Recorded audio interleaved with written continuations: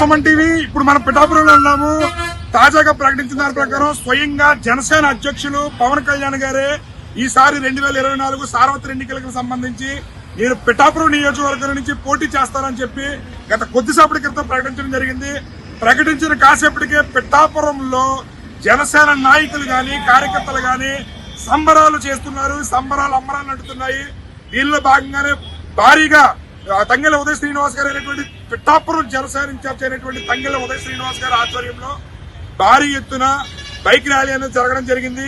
దీనిలో భాగంగా పిఠాపురం టికెట్ పవన్ కళ్యాణ్ గారు కేటాయించడం పట్ల ఇక్కడ జనసేన నాయకులు కార్యకర్తలు ఏ విధంగా స్పందిస్తున్నారు, ఎంత మెజారిటీతో గెలిపిస్తారనేది వారి మాటల్లోనే మనం తెలుసుకునే ప్రయత్నం చేద్దాం. టికెట్ పట్ల మీరు ఏ విధంగా స్పందిస్తున్నారు ఏంటి? మీడియా మిత్రులు నమస్కారం. ప్రత్యేకించి సుమన్ టీవీ గారు కూడా కృతజ్ఞతలు. ఈరోజు పిఠాపురం నియోజకవర్గంలో మరి శ్రీవల్లభ స్వామివారి యొక్క ఆశీస్సులతో అధ్యక్షుడు శ్రీ పవన్ కళ్యాణ్ గారు 2019లోనే చేస్తే ఎంతో బాగుండేది. ఏదైనప్పటికీ కూడా మంచి నిర్ణయం తీసుకున్నారు.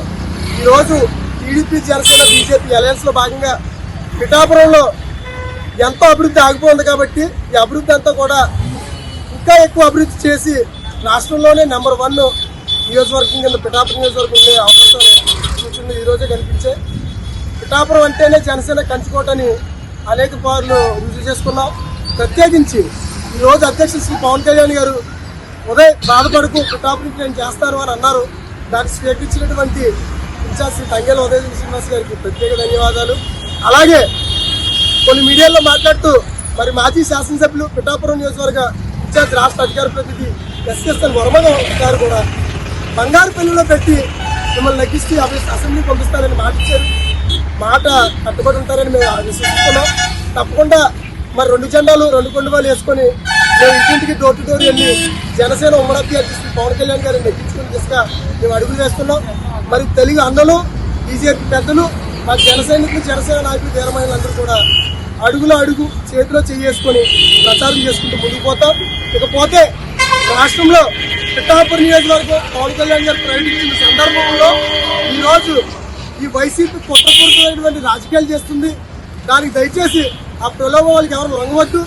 ఎందుకంటే పిఠాపురం నియోజకవర్గంలో చాలా అభివృద్ధి జరగాలి.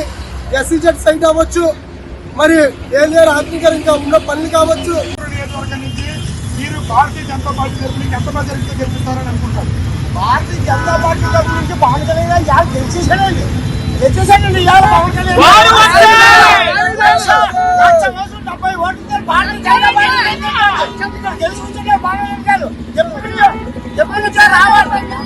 పవన్ కళ్యాణ్ గారికి మన బడుగు వర్గాల బలహీన వర్గాల ఆశాజ్యోతి పవన్ కళ్యాణ్ గారికి 1,30,000 ఓట్లతో గొప్పలు బడ్జెట్లు నెగ్గించాలని ప్రతి ఒక్కరికి కోళ్ళు పెట్టుకునే ఓట్లు వేయాలని కోరుతామని మేము పవన్ కళ్యాణ్ గారికి ఆశిస్తాం.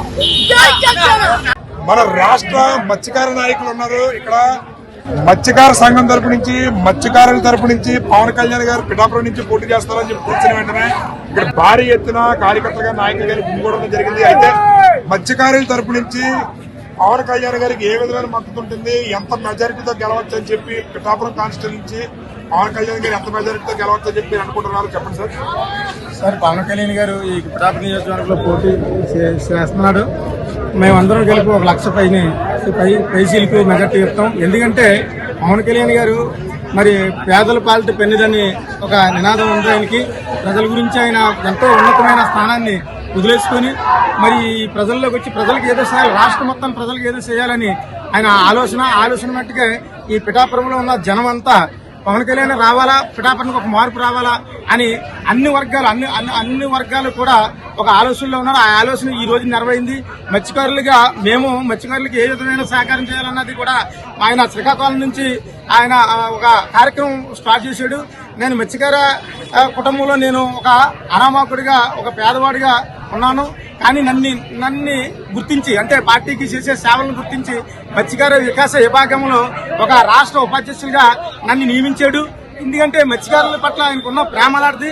ఈ రోజుని అన్ని కులాల వారు కూడా అన్ని కులాల వారు కూడా మా మత్స్యకారులు కూడా ఈ రోజుని పవన్ కళ్యాణ్ అనగానే ఎక్కడో అక్కడ సంబరాలు చేసుకుంటున్నారు. మరి కేకులు కట్ చేసి ముందు కాల్చి మరి ముందు మార్బలంతో ఎంతో ఆనందంగా ఉన్నాం. ఏంటంటే ఆయనకి 1,00,000 పైన మేము మెజార్టీ ఇస్తాం. అందరూ ఆలోచన అదే.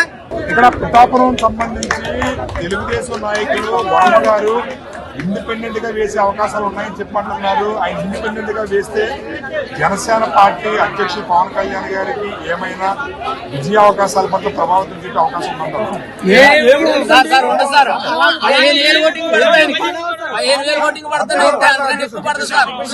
ఆయన ఉన్న గౌరవాన్ని పోగొట్టుకుంటాడు. ఎందుకంటే ఓ స్థాయి నాయకుడు, రాష్ట్ర నాయకుడు, సీఎం అవ్వవలసిన మా పవన్ కళ్యాణ్ గారు ఈ యొక్క వైసీపీ రాక్షసత్వాన్ని జగన్మోహన్ రెడ్డిని కింద తొక్కాలని, గెలి తొక్కాలని ఆయన తగ్గించుకొని ఒక ఉన్నతమైన విధానాన్ని వదిలేసుకొని మరి సీట్లు మరి మా వాళ్ళనే ఏంటి ఇన్ని తక్కువ సీట్లు మనం తీసుకోవడం ఏంటి అన్నప్పుడు కూడా మనం వైసీపీని తగ్గించాలన్న ఆలోచన మీద ఆయన త్యాగం చేశాడు. మరి వర్మ గారు కూడా ఆయన పెద్ద మనసు చేసుకుని మరి చంద్రబాబు నాయుడు అంటే నాకు దేవుడు, నాకు రాముడు అని ఎన్నో సందర్భంలో చెప్పాడు.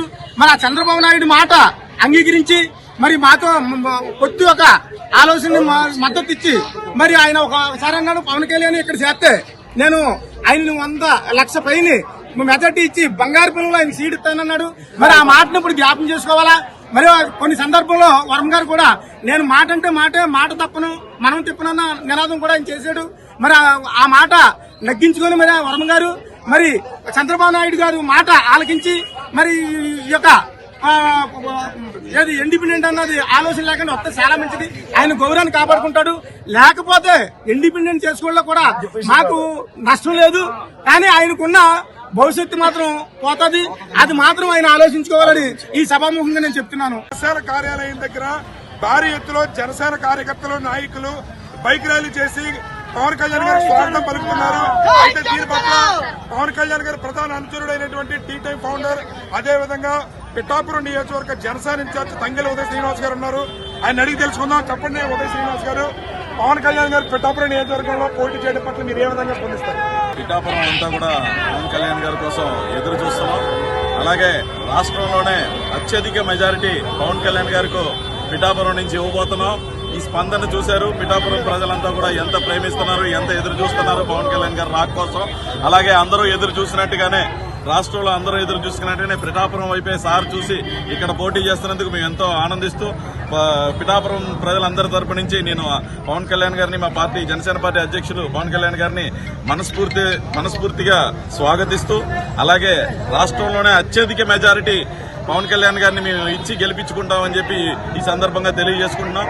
అలాగే మన మిత్రపక్షమైన Telugu Desam Party Pithapuram in charge SVSN Varma గారితో కూడా వెళ్లి కలిసి మర్యాదపూర్వకంగా కలిసి ఎలా చేయాలి, ఎలా కార్యాచరణ ముందుకు వెళ్లి 1,00,000 పైన మెజారిటీ అంటే స్టేట్ లోనే నెంబర్ 1 మెజారిటీ ఎలా తెచ్చుకోవాలని మీ ఇద్దరం మాట్లాడుకుని దాని ప్రకారంగా ముందుకెళ్తాం. పిఠాపురం జనసేన కార్యాలయం దగ్గర తెలుగుదేశం నాయకులు ఉన్నారు.